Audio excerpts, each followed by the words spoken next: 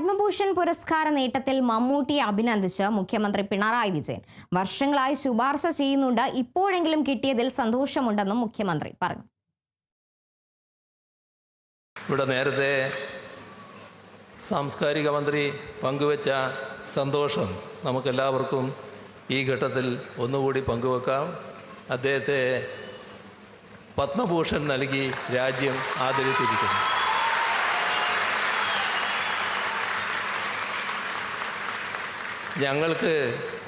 ഞങ്ങൾക്കെന്ന് പറഞ്ഞാൽ കേരളത്തിലെ മന്ത്രിസഭയ്ക്ക് ഇപ്പോഴെങ്കിലും ആ സന്തോഷത്തിൽ പങ്കുചേരാൻ കഴിഞ്ഞതിലും നല്ല സന്തോഷമുണ്ട്.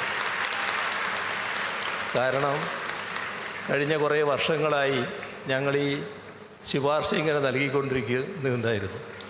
പത്മഭൂഷൺ മമ്മൂട്ടിക്ക് നൽകണം എന്ന ശുപാർശ. എല്ലാറ്റിനും അതിൻ്റേതായ കാലമുണ്ടല്ലോ. ഏതായാലും ഇപ്പോൾ അത് നൽകി എന്നത് ഏറ്റവും സന്തോഷകരമായ കാര്യമാണ്. അദ്ദേഹത്തെ നമുക്ക് ഹാർദമായി അഭിനന്ദിക്കാം.